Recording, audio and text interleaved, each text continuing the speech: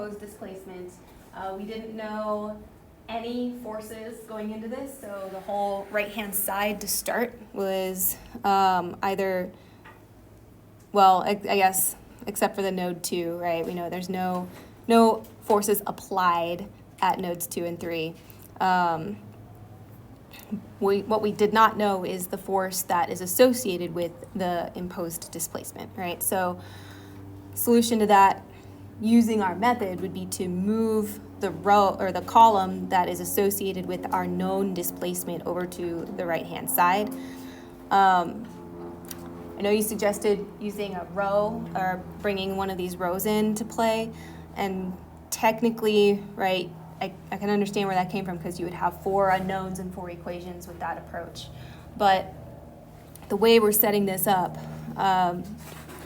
moving that column over to the right-hand side is the best way to go about it. So we have solved for the unknown displacements at this point, and we will continue this example from there and find the unknown forces.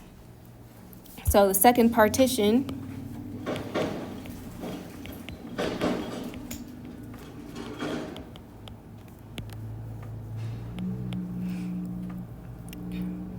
we're just going to go back to the original matrix and use all the rows that we didn't use for the first partition. So first 2 rows and then the 4th row.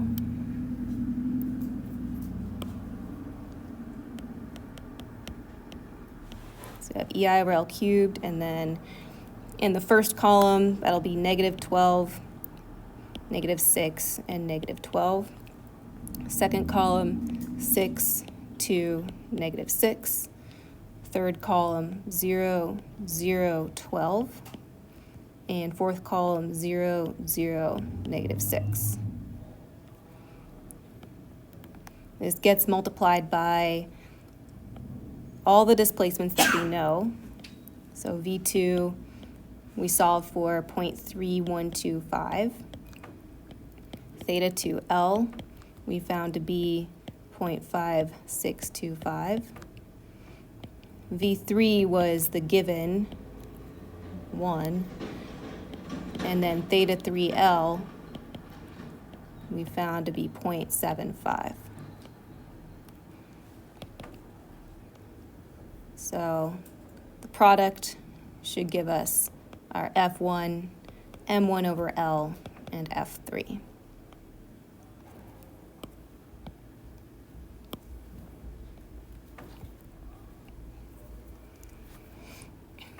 So carrying that out, we get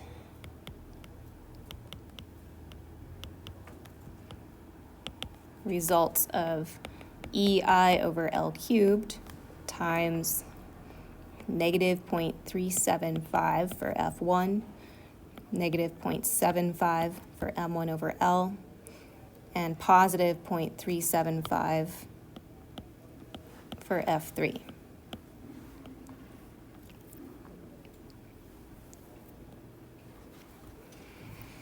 Representing these results in a sketch, the reaction at node 1 is downward, 0.375 EI over L cubed.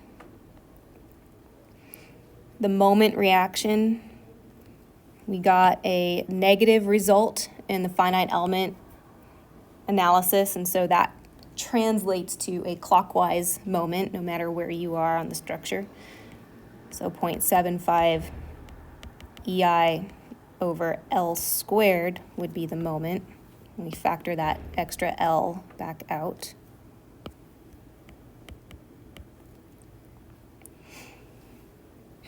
The vertical displacement at node 2 is positive 0.3125 inches. And then the force associated with this displacement at node 3 is same magnitude as the reaction force, but opposite direction.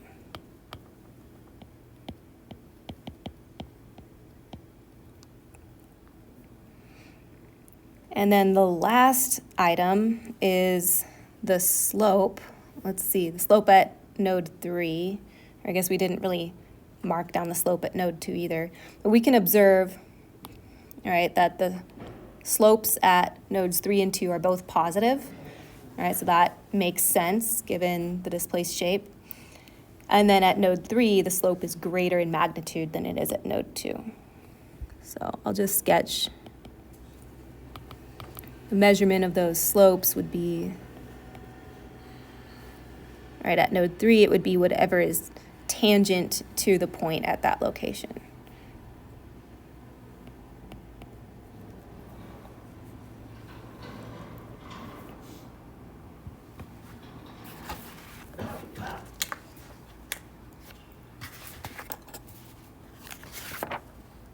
Questions? Is that a vertical displacement or is that at an angle? Which one? 3125 at node 2. Yeah. Is that, It is a vertical displacement, yeah. This was just an arrow pointing to the node.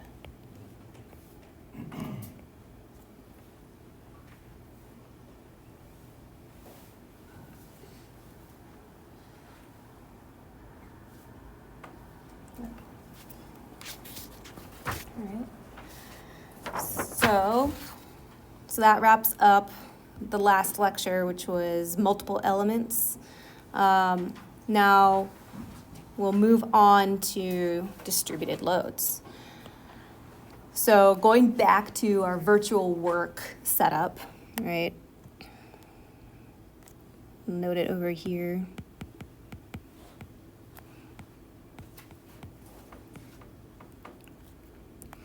Remember, we had the increment in potential energy is equal to the increment in internal strain energy minus the increment in external work done, right?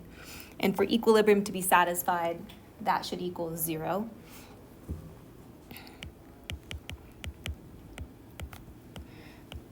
So focusing on the loading,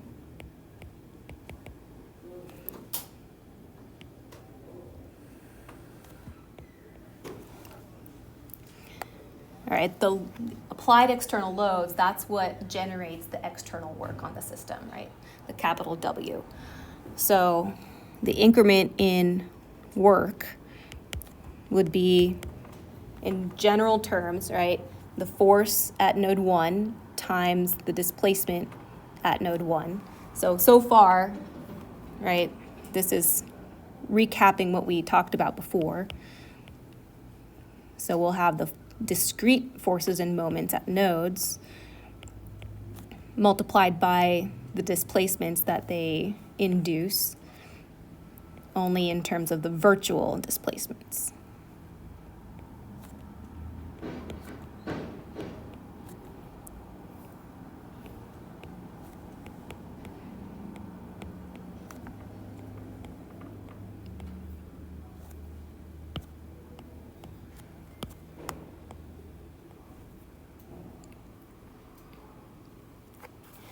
But now we have the distributed load to consider as well, right?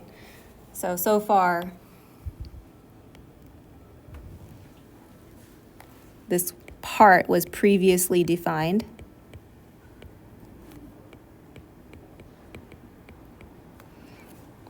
Now the new portion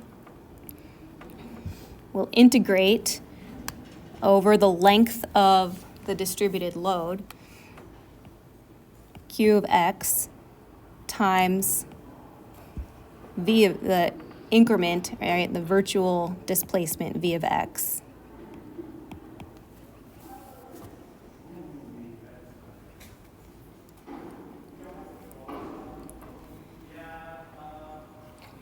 And recall from before also, we defined that displacement v of x in matrix form, all right, a row vector of 1 x, x squared, and x cubed, representing the polynomial terms, times the coefficient matrix B times our generalized displacements, delta. That is also same as before.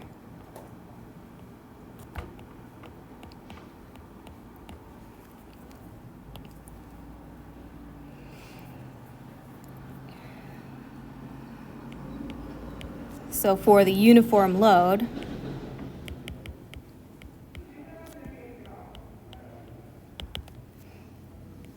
we can now write our increment in work as the matrix delta delta. So that's a lowercase delta representing the virtual aspect, and then the capital delta representing the generalized displacements, times the generalized forces at nodes. So that's F1, M1 over L, F2, M2 over L, plus QL, so that's lowercase q for the distributed load, times the delta delta. And then that gets multiplied by a column vector representing the effect of the distributed load on the nodes. So that's going to be, I'm going to write it out and then I'll show you where that comes from. So it's going to be negative 1/2, negative 1 over 12, negative 1/2, and positive 1 over 12.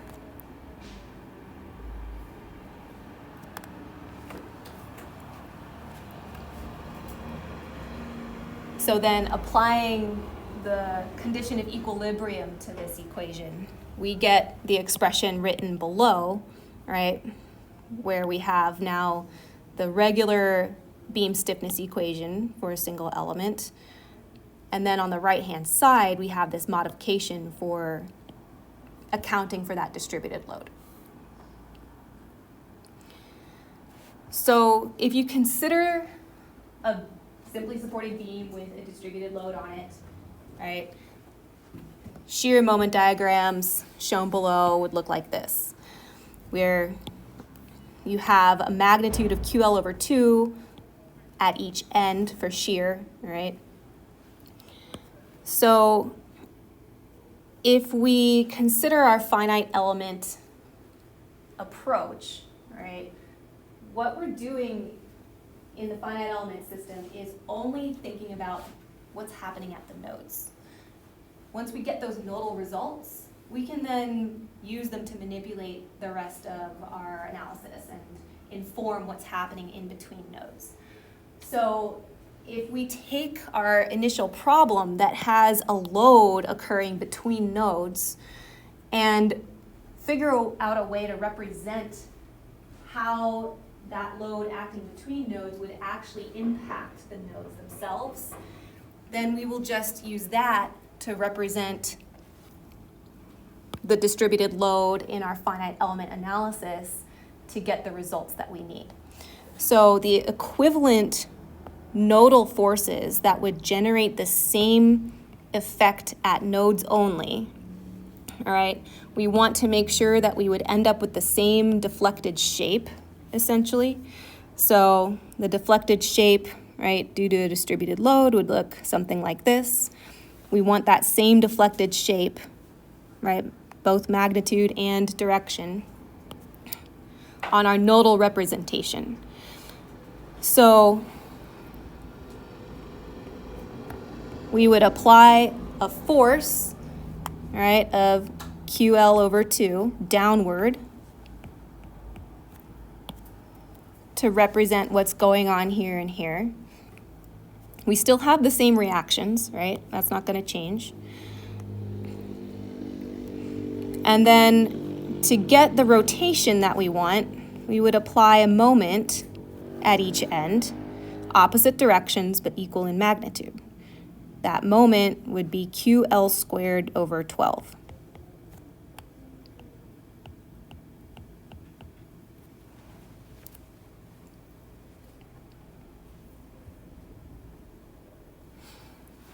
Now the shear and moment diagrams for this specific loading, we'd have 0 shear, right, because there's nothing happening in between nodes.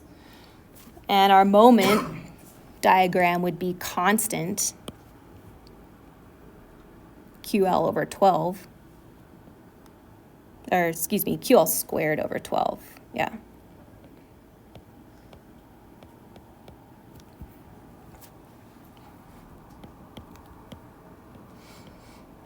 All right, so it's important to remember that this additional force vector only accurately represents the effect of the load on the nodes, not at any other location. But that's okay, because our analysis, we only care really about the nodes, and then we can use our brains to figure out the rest.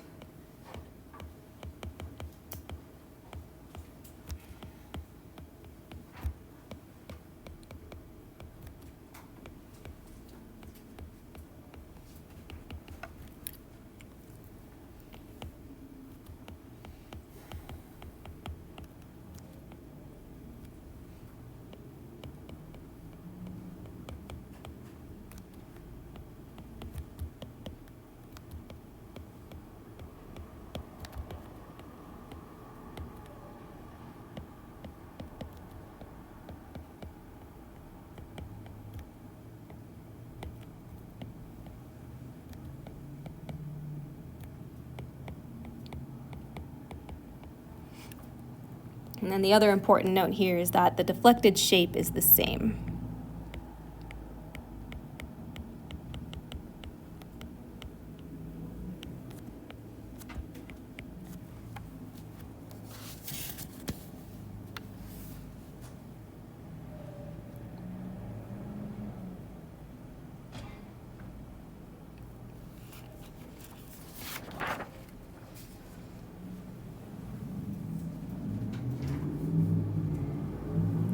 Questions so far?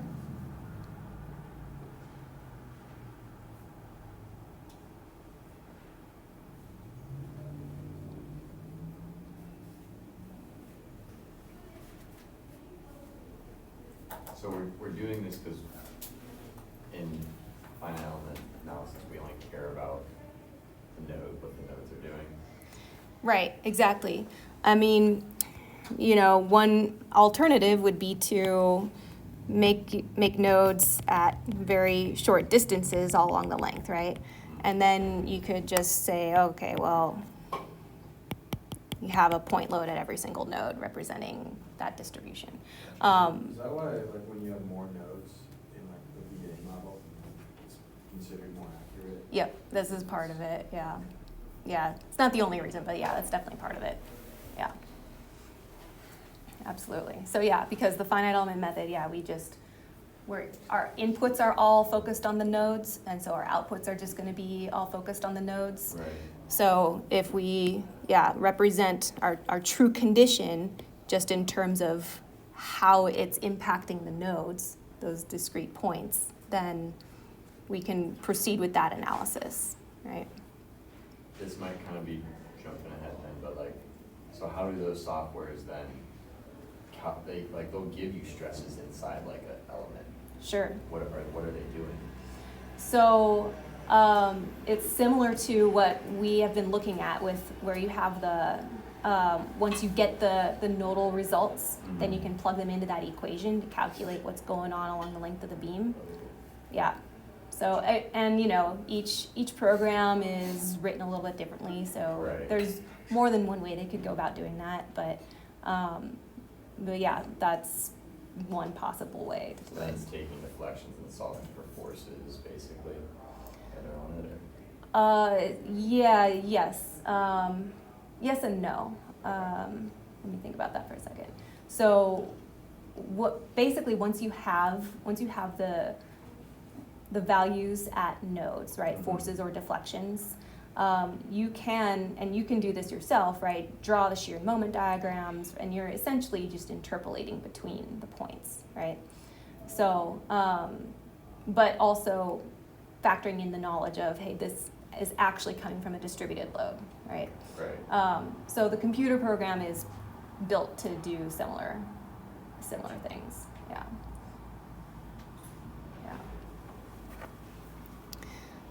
Yeah, good questions. And some programs, you know, are pretty closed off, so all you deal with is the user interface, and but others allow you to get into the behind the scenes, and you can extract the actual matrices that they use and manipulate them and feed them back into the system.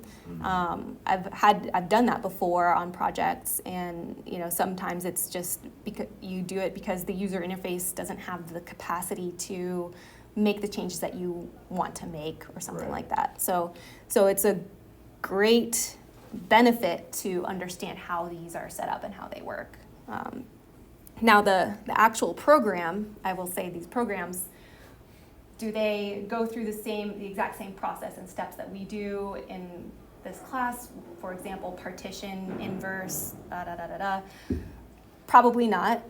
They probably do something more efficient like Gauss elimination or something like that, right? But but as far as the setup goes, right, if you understand how these matrices are arranged, you can do a lot with it when you have access to those systems. So yeah, it's pretty neat.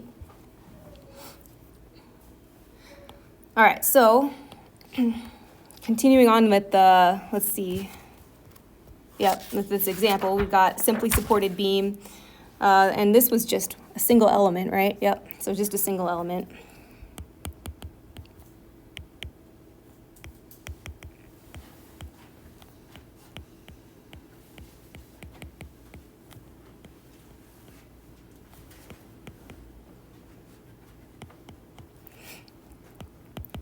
We'd have our stiffness equation starting with the stiffness matrix EI over L cubed times, we've got our 4 by 4, so the 12, 6, negative 12, 6, 6, 4, negative 6, 2, negative 12, negative 6, 12, negative 6, and 6, 2, negative 6, 4. Multiply that by our displacements. I'm going to go ahead and impose the boundary conditions. We know V1 is equal to 0. Theta 1L is unknown. We know V2 is equal to 0. Theta 2L is unknown.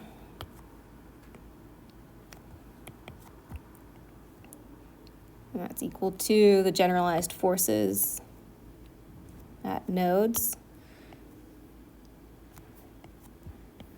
where we must know the force if we do not know the associated displacement. So we don't know the reactions.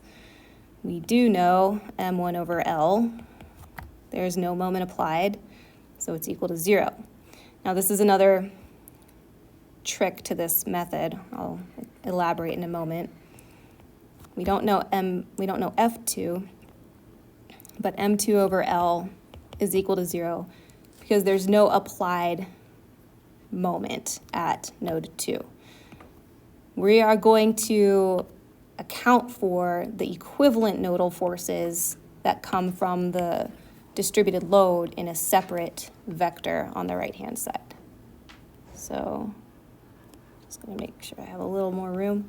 So then we subtract QL, and I'm going to go ahead and divide that by 12. So inside we just have 6, 1, 6, negative 1.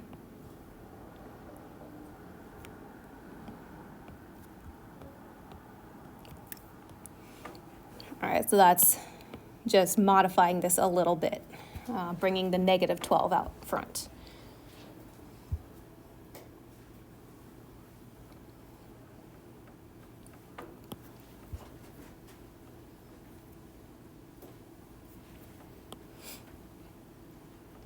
And since the vertical deflections at nodes 1 and 2 are 0, we can eliminate columns 1 and 3. So our first partition will consist of the rows that have known forces. So in this case, that's our M1 and M2 are the known forces.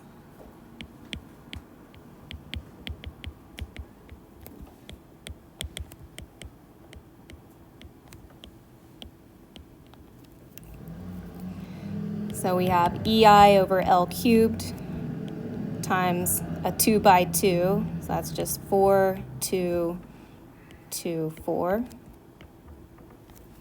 Coming from here.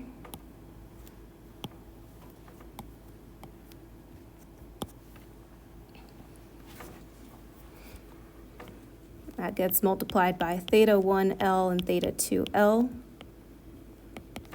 And we set that equal to the right-hand side net value for those rows, which is QL over 12 negative, right? I brought the negative out front, I'll just be consistent, otherwise it causes confusion. And then times 1 and negative 1.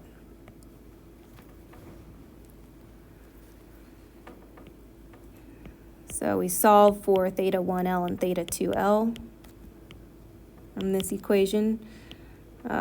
Really easy to do by hand. You don't have to plug it into your calculator. All right, the determinant is 12. And then I'm gonna bring also the QL over 12 here. And then we have 4, negative 2, negative 2, and 4 is the adjoint. And then we multiply this by, I'm going to distribute this negative sign back into this matrix now. So negative 1 and 1. So I'll make that change up here to clarify.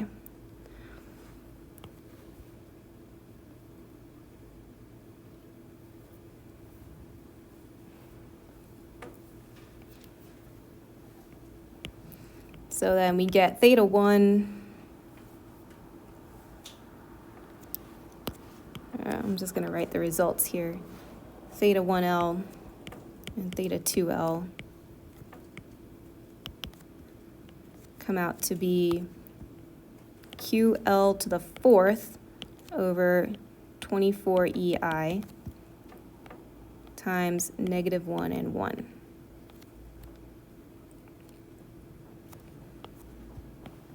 So we can note that theta 1 is negative QL cubed over 24 EI. And theta 2 is positive QL cubed over 24 EI. So a quick gut check, right? Equal magnitude, opposite directions. That makes sense. Furthermore, theta 1 gives us a negative value, which is clockwise. Theta 2 gives us a positive value counterclockwise, so that also is consistent with the deflected shape.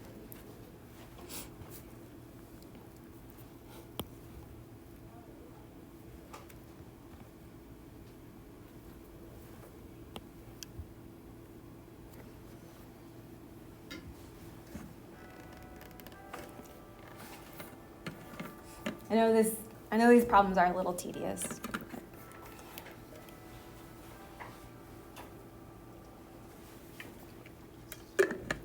It'll start to get really interesting when we get to beams on elastic foundations and frames with this method.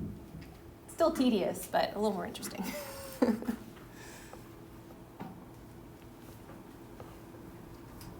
Thanks for going through all the steps, because I forgot things. Oh, okay. I'm glad it's helpful. I appreciate the feedback.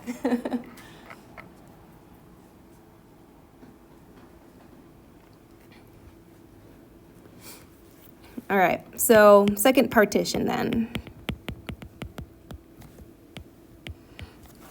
We're gonna go grab the 2 rows that we didn't use in the first partition.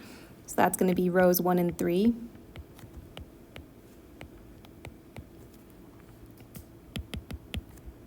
So that's EI over L cubed. And then we have our 2 by 2 is gonna be 6, negative 6, and then also 6, negative 6 in the second column. So that's going to be multiplied by QL to the 4th over 24 EI times negative 1 and 1.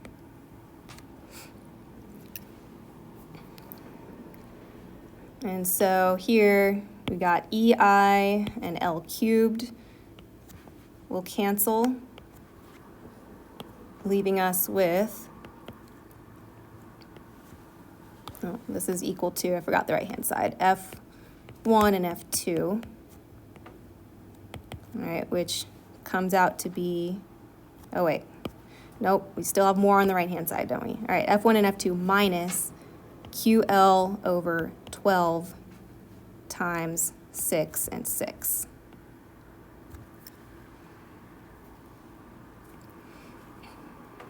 All right, so looking at this will actually result in 0 on the right-hand side, on the left-hand side for this example, right? This isn't going to always be the case for these types of problems, but just so happens that that is the case here. So we get F1 and F2 are equal to QL over 2 times 1 and 1.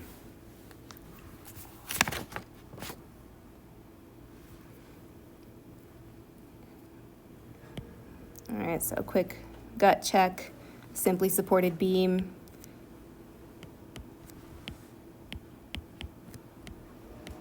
All right, that makes sense with the distributed load.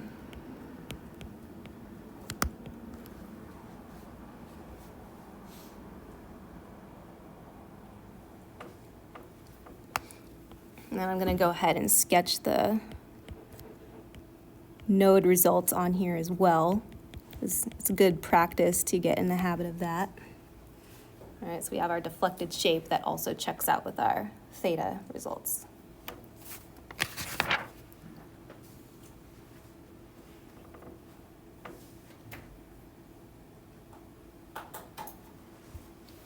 Okay.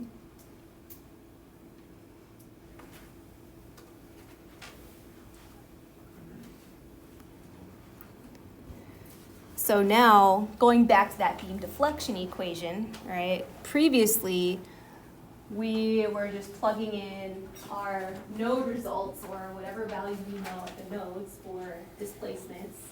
But now we have to add another term to account for the distributed load. So there was an error in the original skeleton notes. So if you have the new version, you should see this correction in front of you. If you don't, please make that correction to your notes. So I'll just note here, right, that this is the same as before.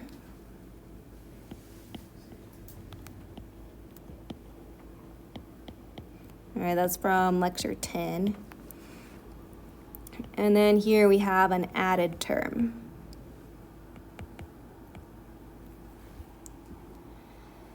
So applying this to our example, we got theta 2L, excuse me, theta 1L first. Theta 2L is QL to the 4th over 24 EI times negative 1 and 1. We sub that into the above equation.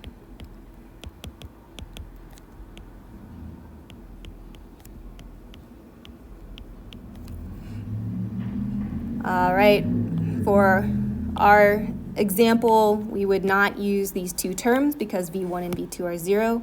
So we just have the theta terms and then the added term for the distributed load. So I'll go ahead and write out the whole expression that applies to this beam, eliminating, right, neglecting the V1, V2 terms. So we have in front of theta 1L is x over L minus 2x squared over L squared plus x cubed over L cubed. And then our theta 1L is negative QL to the 4th over 24 EI. And then in front of theta 2L, we have x squared over L squared minus x cubed over L cubed. And our theta 2L is positive QL to the fourth over 24 EI. And then we have our added term, negative QX squared over 24 EI times quantity X minus L squared.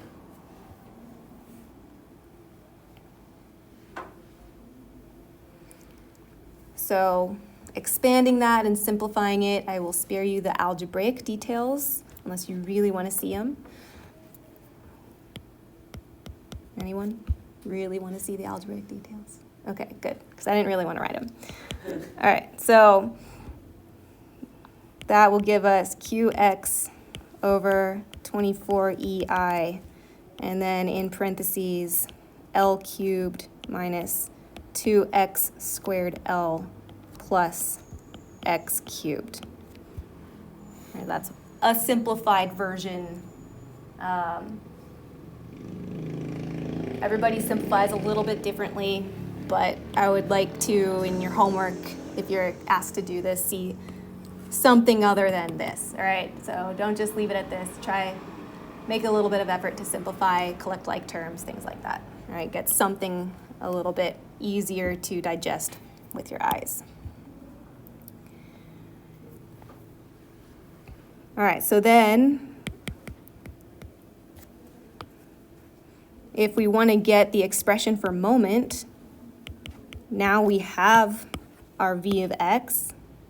All right, we can just relate it with our moment deflection relationship. Moment is equal to the second derivative of v with respect to x times EI. Or you can sketch the shear and moment diagrams using the FE results and the original load.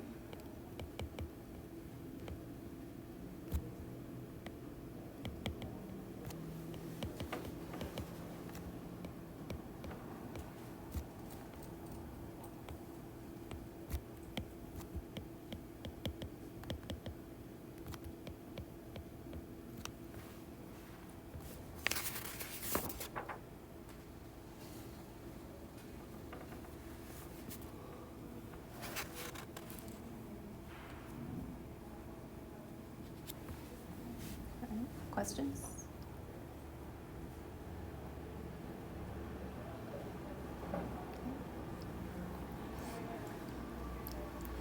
So the cool thing about this finite element method is that it really is so versatile. It can be applied to any type of system. We've been focusing on beams and beam behavior in this class, and that will remain the focus for this class. But just to expand your awareness, you can also apply it to axial systems where the axial force stiffness relationship is tied to the cross-sectional area instead of the moment of inertia. And so your expression is in terms of AE and L for stiffness. And then in that scenario, if it's just axial behavior that you're concerned about, then you only have axial deformations and axial forces to deal with. I take back a little bit what I said before. We will be incorporating that into frame behavior, all right, because frames have to be able to handle axial, shear, and moment. But we won't be doing trusses or anything that's just purely axial. So when we look at axial combined with bending, which will be in 2 lectures from now, we're going to modify, right, make a few tweaks to our axial stiffness expression so that we can drop it into our beam expression, right? So that means we have to make it compatible with our 2 stiffness terms have to become compatible, right? So that's this expression right here. We'll talk more about that when we get to that frame lecture. But just as a quick note here, right, so I pointed that out, that's your stiffness matrix right there for the axial behavior. This is a single degree of freedom system.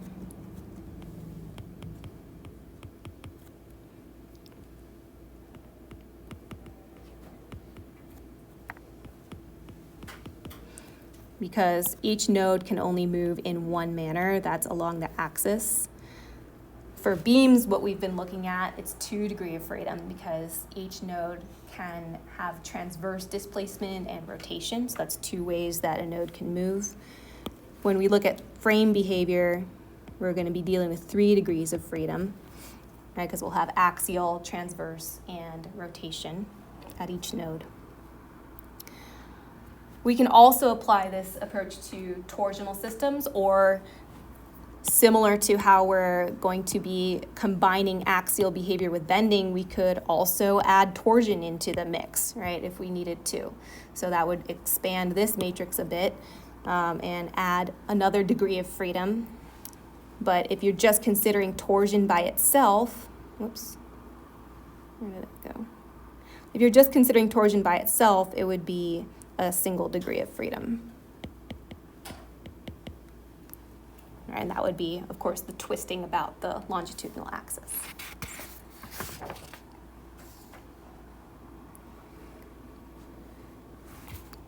All right, so we'll look at another example that's already fully written out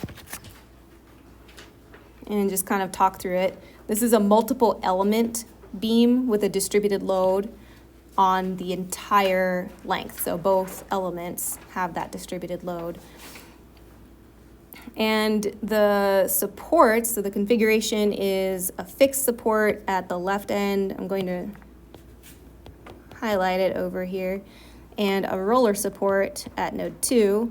So node 1 is free, and that's also where you have an applied nodal force. We also have an applied moment at node 2. So there's a lot going on with this beam. So we start off just writing the individual element matrices for the first 2 elements, the only 2 elements that we have, right? Including the term for representing this distributed load as discrete nodal forces. So that's one reason why, right, in the previous example, when we only had a distributed load, I said all of the forces in our force vector that aren't reactions are going to be 0 because there's no applied moment at those. Well, now we have a scenario where, okay, we have a distributed load and an applied nodal force, so that's why we need to keep these applied nodal force values separate from our equivalent nodal forces that represent the distributed load. So in this example, I've got this already highlighted here. The values at node 2 from the distributed force on element 1, 2 are going to be added to the values at node 2 from the distributed force on element 2, 3. So in this case, right, these 2 terms will cancel each other out.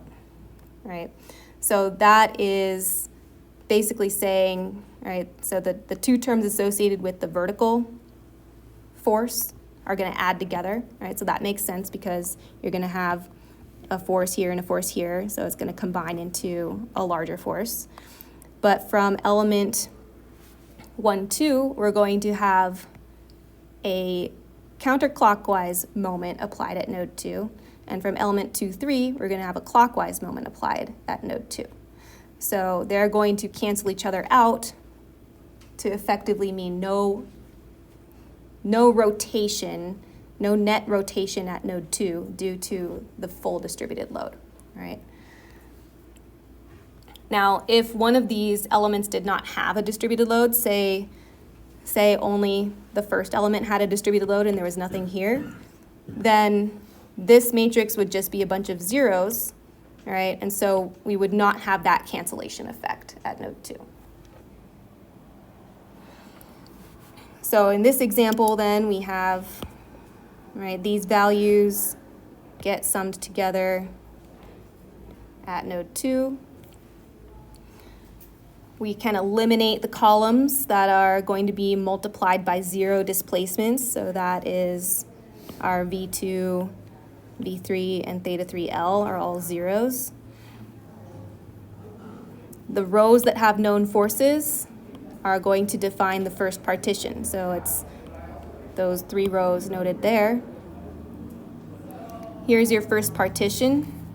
Oh yeah, and one other thing, this may not, I don't think I got around to correcting it in the original notes. Someone pointed this out to me last time, that this value should be a negative 12. It doesn't really matter for the solution because that column is eliminated, but yeah, just in case you want to make that correction, that's there. All right, so we've got first partition, right? Solve for the unknown displacements. They're going to be a little bit messy, right, in terms of applied load, P, and applied distributed load, Q.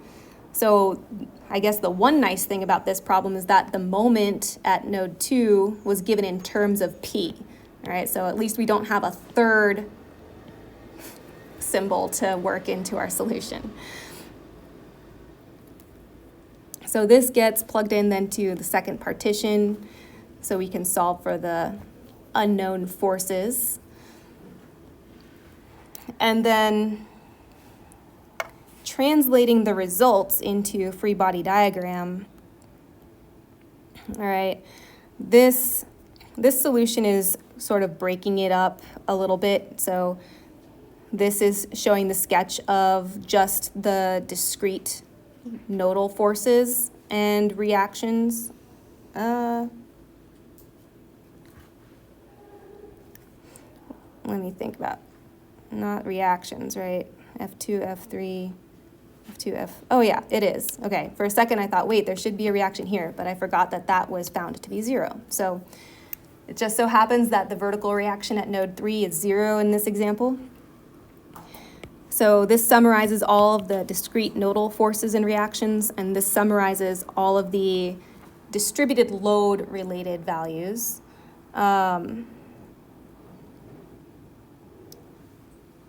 Except, no, okay, sorry, I take that back. This is throwing me off here. The reaction at node 3 is not 0, all right? It is gonna be this value, QL over 8, and this value is the moment. What this is indicating is that those reactions are coming from the distributed load.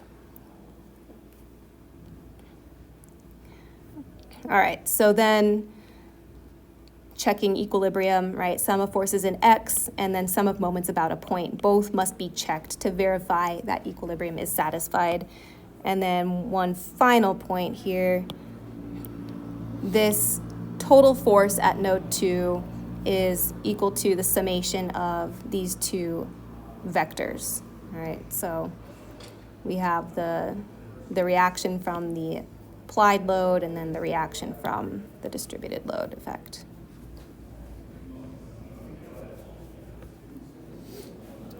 Okay, questions?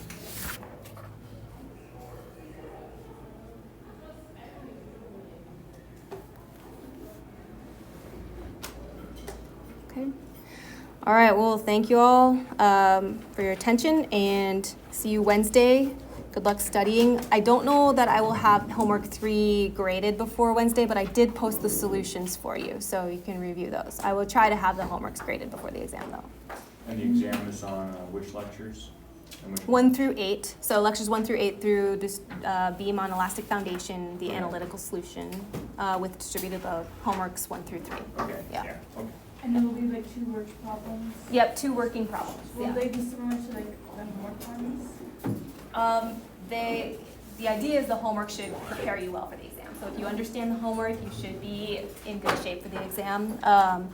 You know, they won't be as lengthy as some of your homework problems, right? I have to kind of modify things a bit to fit an exam, but they may, you know, a given problem may cover multiple topics. So, yeah. And then note sheet, calculator? Yep, you can have a calculator, yeah. Note sheet, calculator, writing utensils. Yep. And you'll provide that like one page that has. Yeah, I will provide that, yeah. Yeah. Same time as and place. Yes. Important too. It is important, yes.